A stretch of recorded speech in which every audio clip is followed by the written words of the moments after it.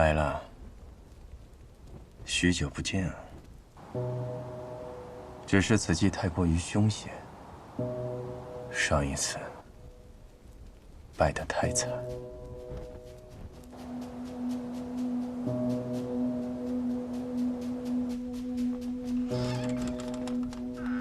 这么晚了还有人来？故人来探，顺便聊了2句。哦，原来如此。我回来取点灯油就走。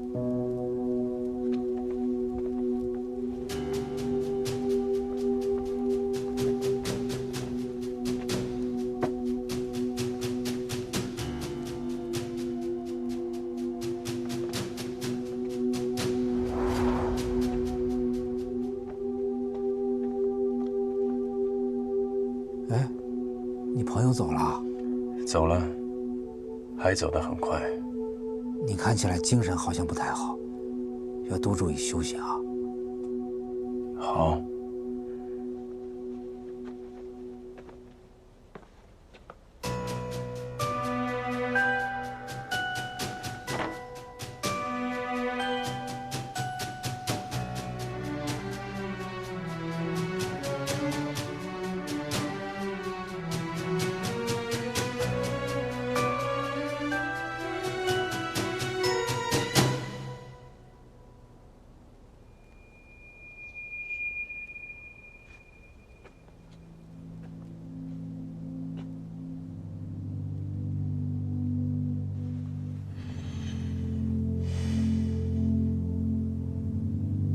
再等等，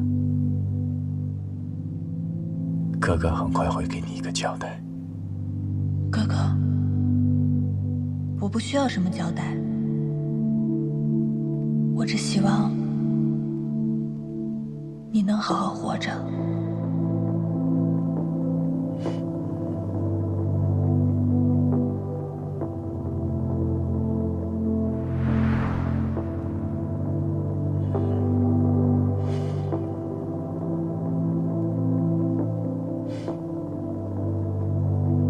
活着，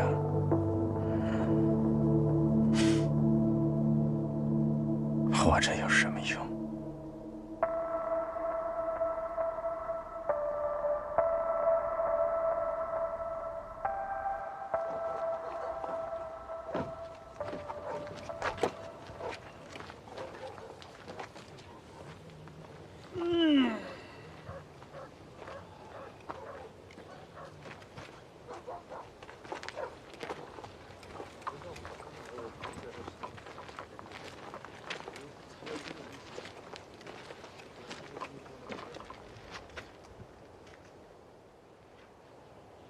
妙珠，你这大晚上不睡觉，盯着这儿看，你认识啊？你回长安的机会来了。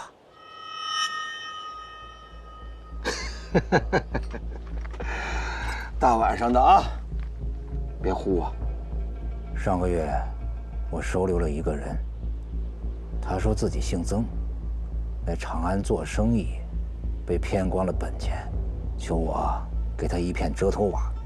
我呢，就留他在庙里守夜，这样我好晚上时不时溜出去赌一把。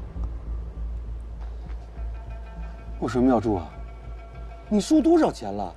啊，你怎么还敢赌啊你？可是现在啊，我觉得他长得像这个人。上个月，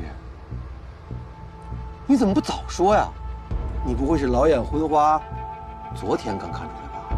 当然不是，我早就认出他是谁了。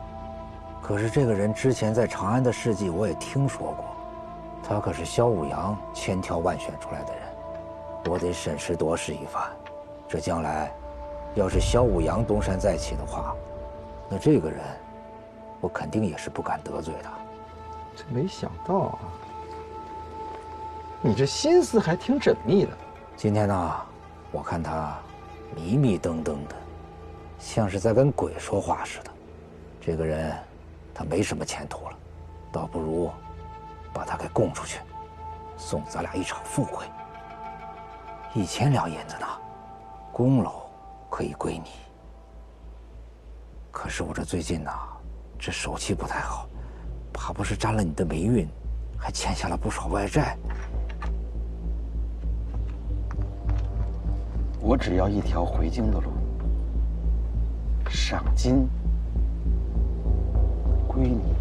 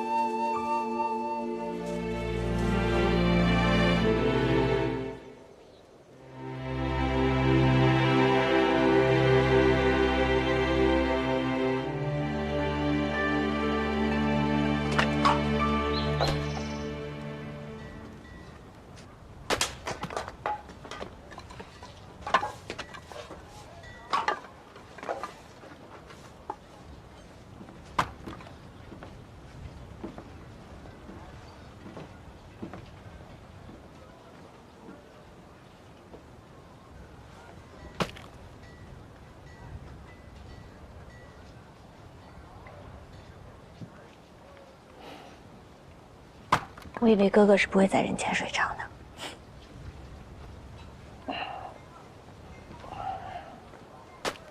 确实呢，有一点累了。这听着声音，看着人，觉得这里就是一个家。在南尾沟的时候，也有这般景象：父亲砍柴的声音，母亲在灶台前忙得叮叮咣啷的声，还有我和姐姐的吵闹声。他们都还好吗？他们都很好。这么多年过去，他们都一直记得你救过我。每每你来信，只要是能说到，我都会告诉他们。但那些你孤身一人，施暴家仇，这我可不敢和他们说。是啊，那是会吓到人的。不，是怕他们心疼你，却又帮不上你。哥哥，家人是会彼此心疼的。自从你救我的那一刻起，我们就是一家人了。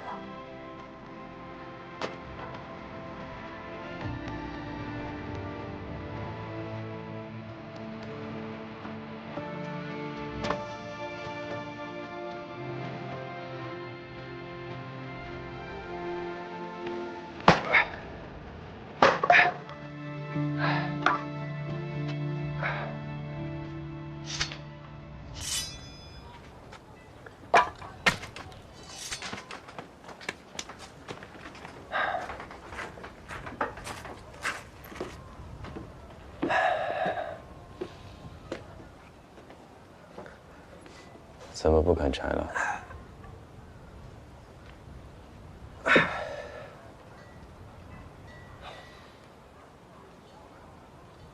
你有这么烦我吗？还是我做错了什么呀？好歹是一起打过架、拼过命，也算同生共死了。我来了，眼睛都不睁一下。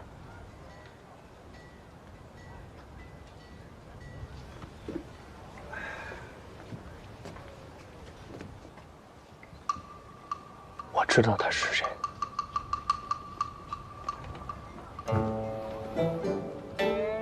他满周岁的时候，那个人送他护身符，我也在场。我也知道你为什么不认他，你做的对。放心，我会保密的。我说的都是实话。察言观色献殷勤，深宫里长大的人，果然有一些智慧。嗨，还有什么智慧不智慧的？我要是有个妹妹，我也不希望她长在腥风血雨中。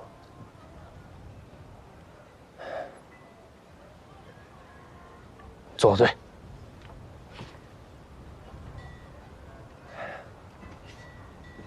谢了。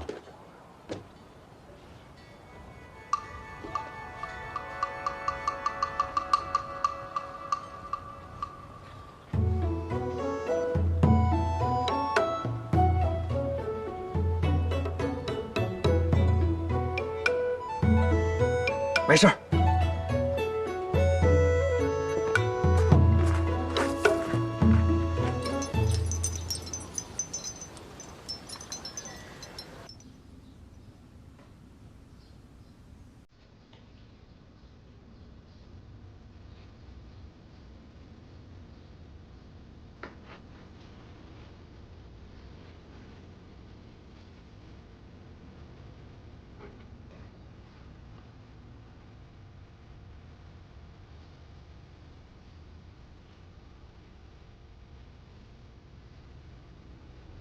真好看。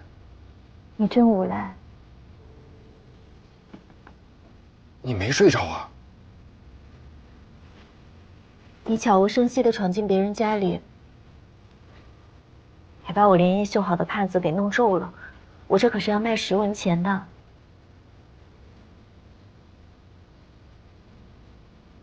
你看看这个，值不值10文？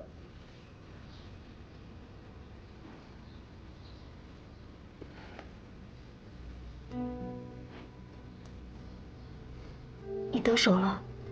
当然，确定他死了吗？当然，捅得跟马蜂窝似的，解恨不解恨。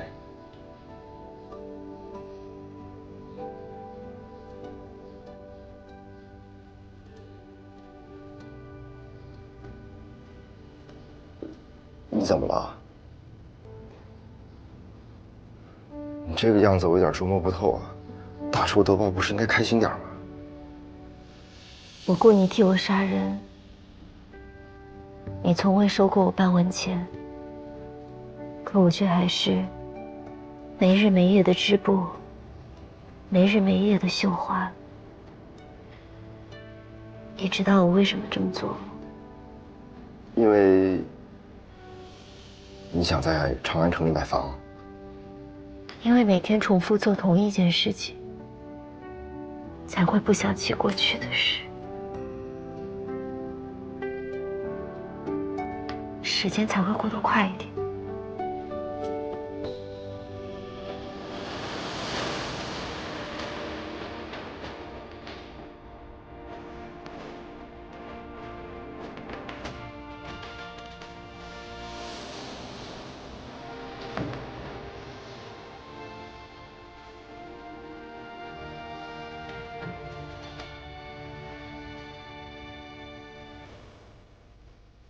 阿宁，你听见了吗？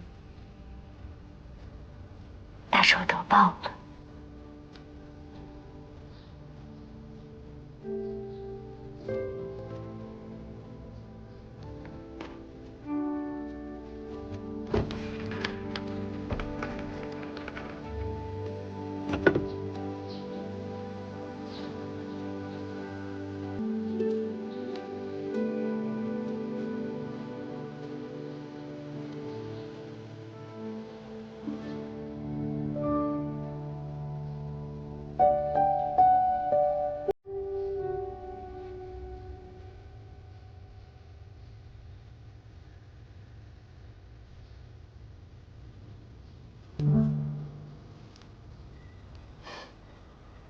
好了，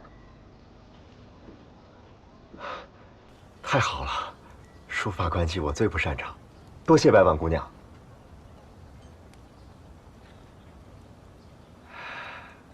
赵露做的衣服就是不一样，做工好，剪裁好，衬得我玉树临风。是啊，他是手艺好啊，你穿上之后都像个人了。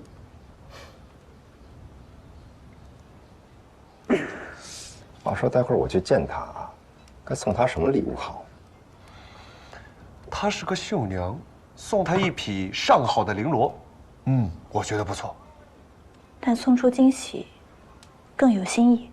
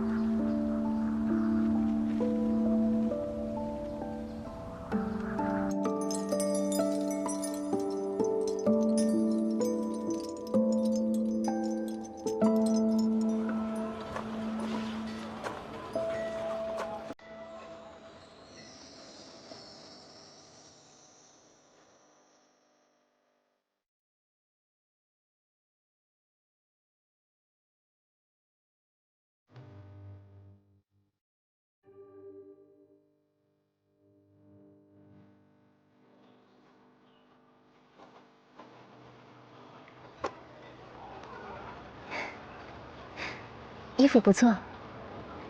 当然，你做的。人也不差。当然，你选的。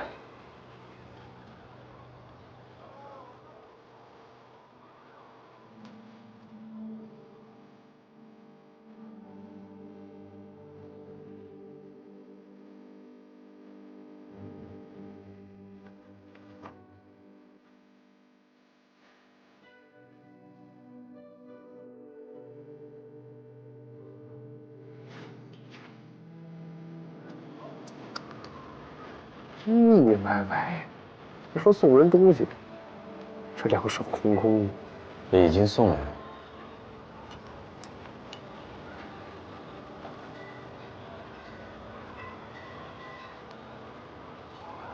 走吧。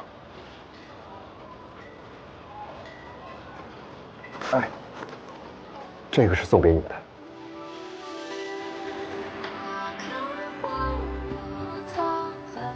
这是你给我准备的临行礼物。我不知道你喜欢什么。哎，总之天高海阔，在往后的日子里，你照顾好自己，别再被仇恨束缚了。我会记住的。长安多年，认识你是我最幸运的事。我也是。你是我最美的留恋。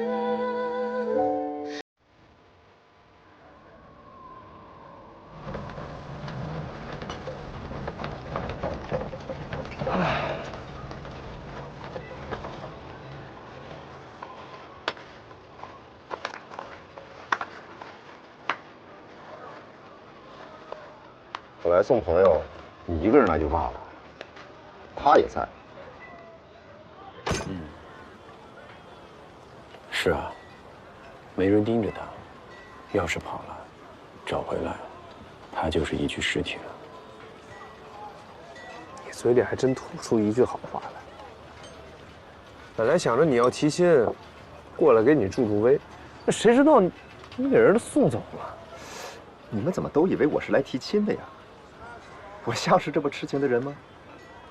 我是一个剑客，剑客朝生暮死，像我这样的人，可以爱很多个女人。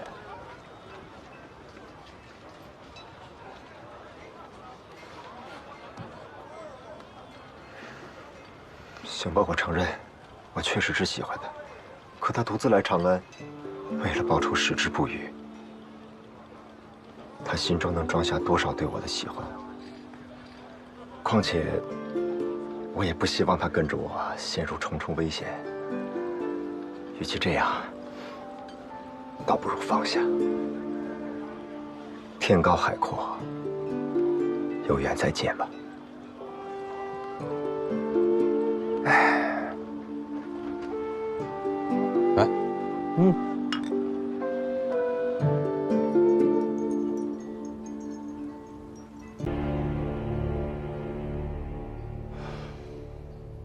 师傅，我知道你们想问什么，答案是我不知道。不知道是，只要他能醒过来，就不会死。这话说，如果他一直不醒来呢？问到点子上了。他伤得太重，失血太多，可能会一直不醒。我调的药他服下了，可以护住心脉。若是醒不来的话，就会老得很慢。我们都死了，老了，变成灰了，他可能才刚刚白头。那不就是长生不醒？差不多吧。他会醒的。他晕倒之前还拜托我一件事情，我知道他还有很多事情没有办完。他这样的人，心愿未了，就一定会醒过来。小青，你底下送信的人被盯上了，你也被盯上了。你跟我去查一查吧。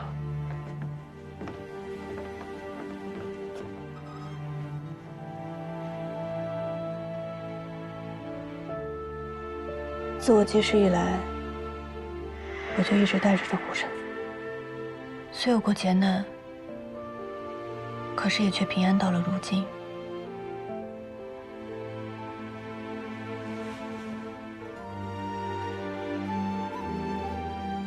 我把它交给你，愿你能度过这次劫。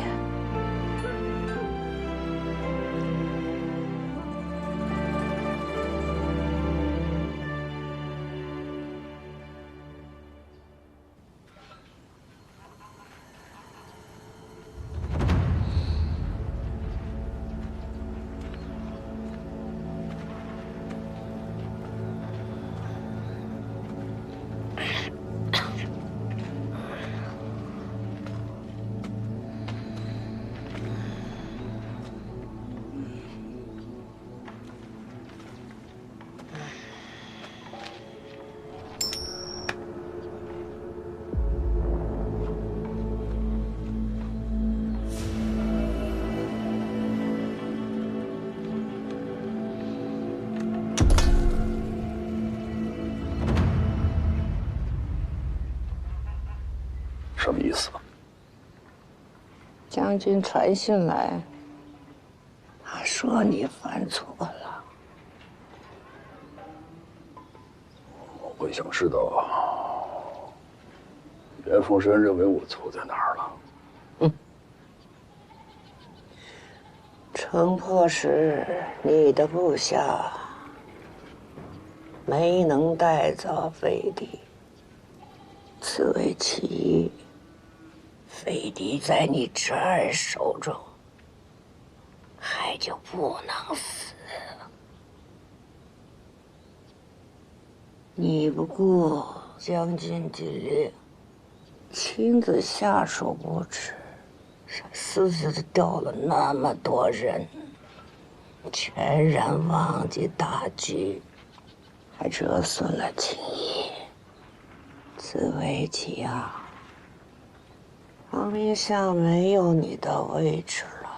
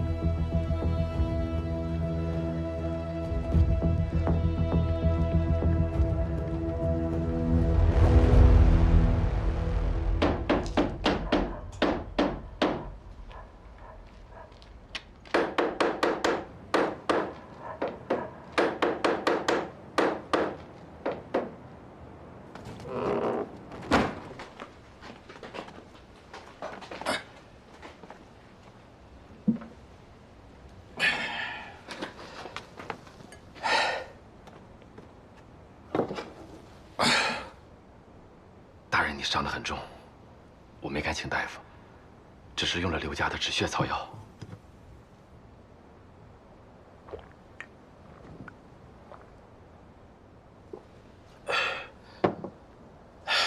命大，死不了。杏子，什么时候成家了？我也是个30好几的单身汉，有点钱的时候，也不算检点。说起来，这些年，大人还真是很少来看我，更没想到大人会受伤。这一回，是有什么大事吩咐吗？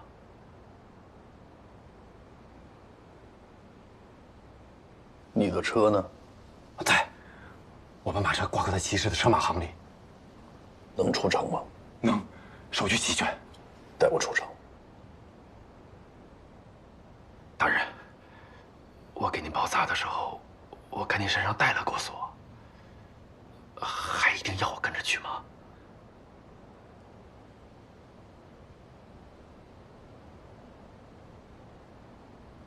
你现在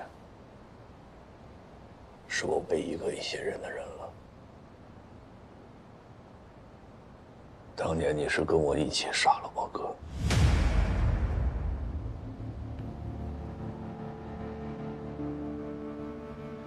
难道我对他动手，只是为了向大人您纳投名状，好让自己能活下来？穷苦人家的一生，不就为了求活2个字吗？但你要想继续活着，你恐怕就得听我的，我又不会害你，不是吗？我去收车，待2、3日。2日之后，日落之时，延平门西边的香沟，我等你。好。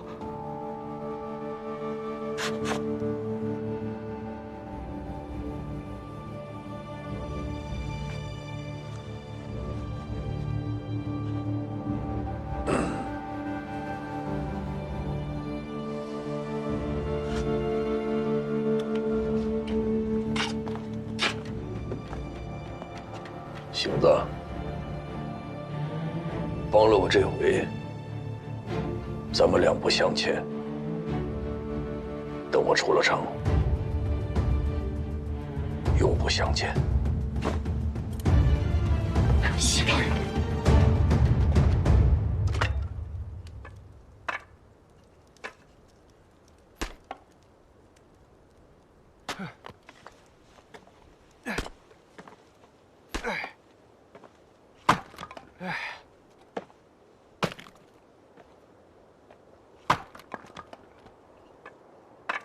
大晚上的劈柴，不嫌吵啊？怎么了？我不就是想着帮帮忙吗？再说了，这又不是别人的院子，这是人家白婉姑娘的院子，白婉姑娘的柴。这和白婉有什么关系啊？我是说你大晚上劈柴，太吵了。我的意思是说，谢环要拔刀的时候，人家白婉姑娘比你我都冷静。现在她需要人照顾，白婉姑娘比你我都细心。所以我想着劈柴帮帮忙，不像你似的就知道在这。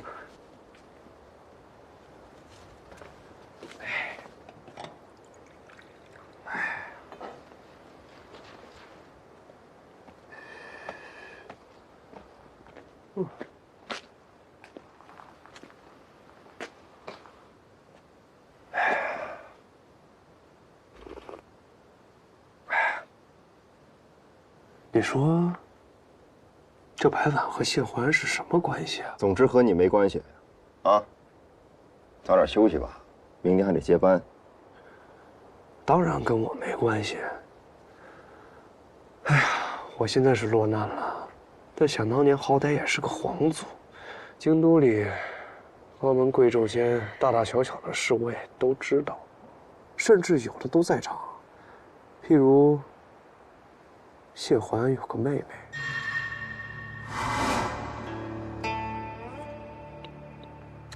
这个妹妹满周岁时，有一件贺礼，特别的引人注目，是一个精致的竹雕护身符。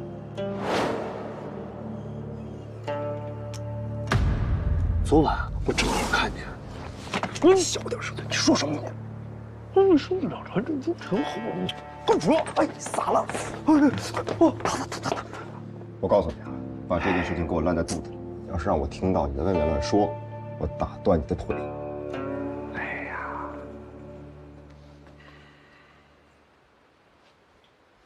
华安不想让他知道他是刘家人，他说刘家人都命苦。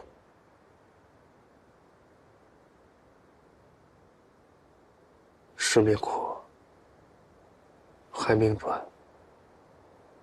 万一他这次没挺过去，要是走了，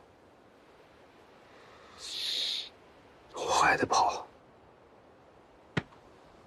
你放心，华安若真有什么闪失，我第一个让你陪葬。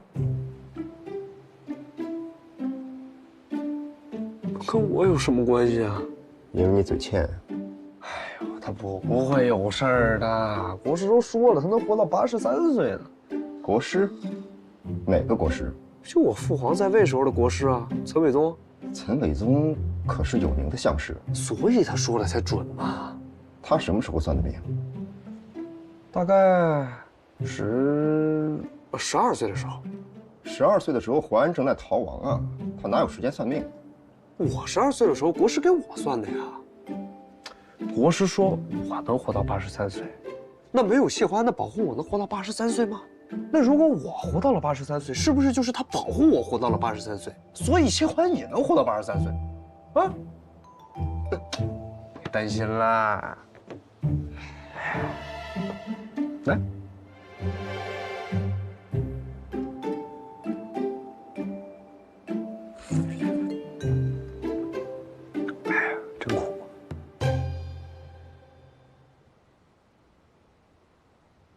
等天一亮，我就去办你交代我的事儿。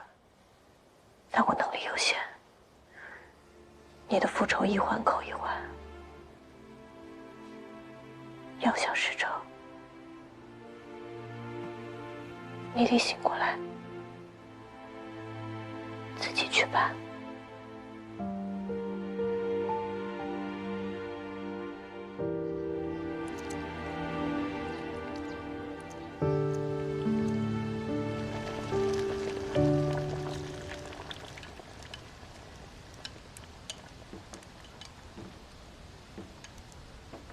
看什么看？他这里就1个碗。哎呦，这姑娘家还真就是1个茶杯1个碗。